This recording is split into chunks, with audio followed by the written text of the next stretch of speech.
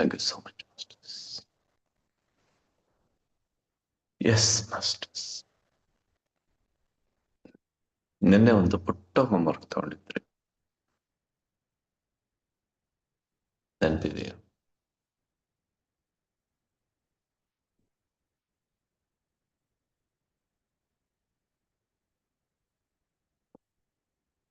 Sir, ನೀವು answer ಯಾವಾಗ ಮಾಡ್ತೀರಿ? ಹಂಗಾದ್ರೆ ಒಂದು ವಾಕ್ಯ ಇವತ್ತು ನೆನಪು. ಅಂತರ್ಗ್ರಹಿಕೆ ಅನ್ನೋ ಇದೆಯಲ್ಲ ಮಾಸ್ಟರ್ಸ್, ಅದು ತುಂಬಾ ಸೂಕ್ಷ್ಮವಾದ. ಅದ್ರ ಮೇಲೆ ಸ್ವಲ್ಪ ಏನಾದ್ರೂ ತೀವ್ರವಾದ ಭಾವನೆಗಳು ಬಂದ, ನೀವು ಕೋಪ, ದ್ವೇಷ, ಹೊಟ್ಟೆಕಿಚ್ಚು, ಆಸೆ, ಅತಿ ಆಸೆ, ಏನೇ ಸ್ವಲ್ಪ ನಮ್ಮ ಭಾವಾವೇಗಗಳು, ಇಮೋಷನ್ಸ್ ಸ್ವಲ್ಪ ಹೆಚ್ಚಾಗಿ ಬಂದರೂ ಕೂಡ ಅದ್ರ ಮೇಲೆ ಕವರ್ ನಮ್ಮ ಹೇಳ್ತೇನೆ, ಅಂತರ್ಗ್ರಹಿಕೆ ಬಹಳ ಸೂಕ್ಷ್ಮವಾದದ್ದು. ಅದನ್ನ ಹಾಗೇ ಕಾಪಾಡ್ಕೊಳ್ಳೋದು. ನಾವು ಸ್ವಲ್ಪ ಎಚ್ಚರವಿಲ್ಲದ ವಿಚಾರಗಳು ಮತ್ತು ಎಚ್ಚರವಿಲ್ಲದೆ ಇನ್ನೊಬ್ಬರ ಮೇಲೆ ಕೋಪ, ತಾಪ, ದ್ವೇಷ, ಅಸೂಯೆ ಇಂಥ ಏನಾದ್ರೂ ನಾವು ಮಾಡಿದ್ರೆ, ಈ ಕಪ್ಪು ಮೋಡ ಆವರಿಸಿದಂತೆ ಇವುಗಳಿಂದ ಆ ಅಂತರ್ಗ್ರಹಿಕೆ ಮುಚ್ಚಿಕೊಳ್ಳುತ್ತದೆ.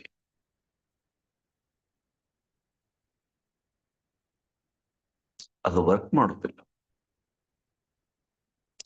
ಆ ಅಂತರ್ಗ್ರಹಣ ಶಕ್ತಿ ಕೆಲಸ ಮಾಡಬೇಕು ಅಂದ್ರೆ ಮೇಲೆ ಎಲ್ಲ ವಾತಾವರಣ ತಿಳಿಯಾಗಿರು. ನಾವು ಸದಾಕಾಲ ಶುದ್ಧವಾದ ಪರಿಶುಭ್ರವಾದ ವಾತಾವರಣವನ್ನ ಇಟ್ಕೊಳ್ಳಿ.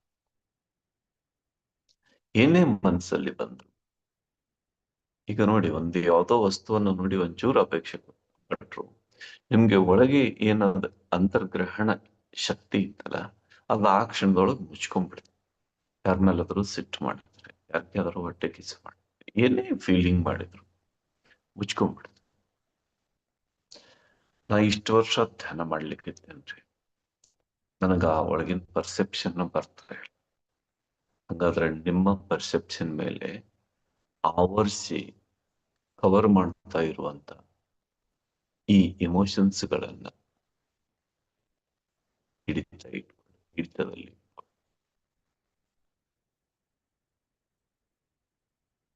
ಆಗ್ಬಹುದಾ ಮಾಸ್ಟರ್ಸ್?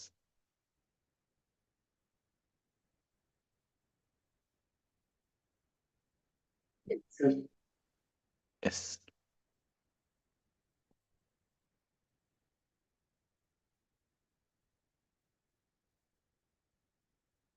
ನಿನ್ನೆ ಒಂದು ಹೋಮ್ವರ್ಕ್ ಇತ್ತು. Yes sir.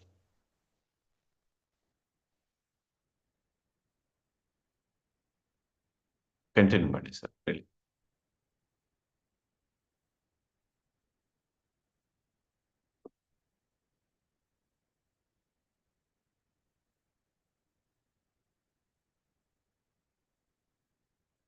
ನೆನ್ನೆದನ್ನ ನೀವು ತಗೊಂಡ್ರೆ ಇವು ಯಾವ ನಮ್ಮ ಮೇಲೆ ಆವರಿಸೋದಿಲ್ಲ. ಸುಮ್ಮನೆ ಹಾಯಾಗಿ ನೆಮ್ಮದಿಯಾಗಿ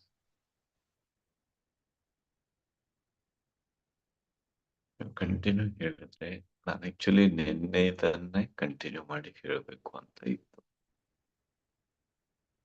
ಯಾರು ಅದನ್ನ ರೆಸ್ಪಾನ್ಸ್ ಮಾಡಲಿಲ್ಲ ಅನ್ನೋ ಕಾರಣ ಇವತ್ತು ಒಂದು ಕೊಟ್ಟು ಬಿಟ್ಟಿದ್ದೀನಿ. ಎರಡನ್ನು ಹೇಗೆ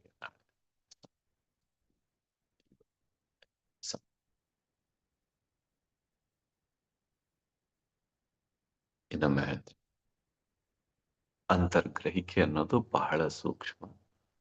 ಅದರ ಮೇಲೆ ಯಾವುದೇ ಆವೇಗಗಳು ಕವರ್ ಆಗಲಾರ್ದಂಗೆ ನಿಮ್ಮ ಭಾವನೆಗಳ ಮೇಲೆ ನೀವು ಹಿಡಿತಾ ಇಟ್ಕೊಳ್ಳಿ.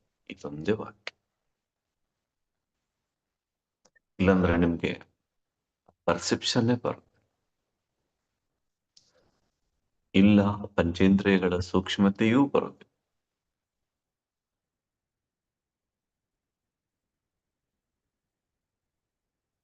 ಓಕೆ, ನೀವು ನಾಳೆ ನಿನ್ನೆದು ಇವತ್ತಿಂದು ಸೇರಿ ಯಾರಾದರೂ ಶೇರ್ ಮಾಡಿದ್ರೆ ಕಂಟಿನ್ಯೂ ಮಾಡಿ.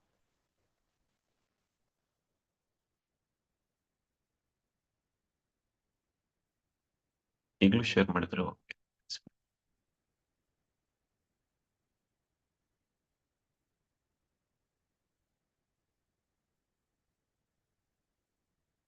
ನೆನ್ಪಿಟ್ಕೊಳ್ಳಿ, ಅದು ನಾವಾಗಿಯೇ ಅದನ್ನ ನಿಷ್ಕ್ರಿಯಗೊಳಿಸಿದ್ದೀವಿ. ಮೊದಲು ಕ್ರಿಯಾಶೀಲ ಇತ್ತು, ನಾವಾಗಿಯೇ ಅದನ್ನು ನಿಷ್ಕ್ರಿಯಗೊಳಿಸಿದ್ದೀವಿ. ಅದನ್ನ ಪುನಃ ಸಕ್ರಿಯಗೊಳಿಸ್ಬೇಕಿದೆ. ಸಕ್ರಿಯಗೊಳಿಸ್ಬೇಕು ಅಂದ್ರೆ ಏನೇನ್ ಕಾರಣಕ್ಕೆ ಅದು ಮುಚ್ಕೊಂಡಿದೆಯೋ ಆ ಎಲ್ಲ ಪದರಗಳನ್ನ ನಾವು ತೆಗಿಬೇಕು. ಆ ಪದರಗಳನ್ನ ಹೇಳ್ತಾ ನೀವು ತೆಗಿತಾ ಅದು ಒಪ್ಪನ. ಇಷ್ಟನ್ನ ಮತ್ತೆ ಇದು ಅಭ್ಯಾಸ ಅಭ್ಯಾಸ ಅಭ್ಯಾಸ ಕಾರಣ.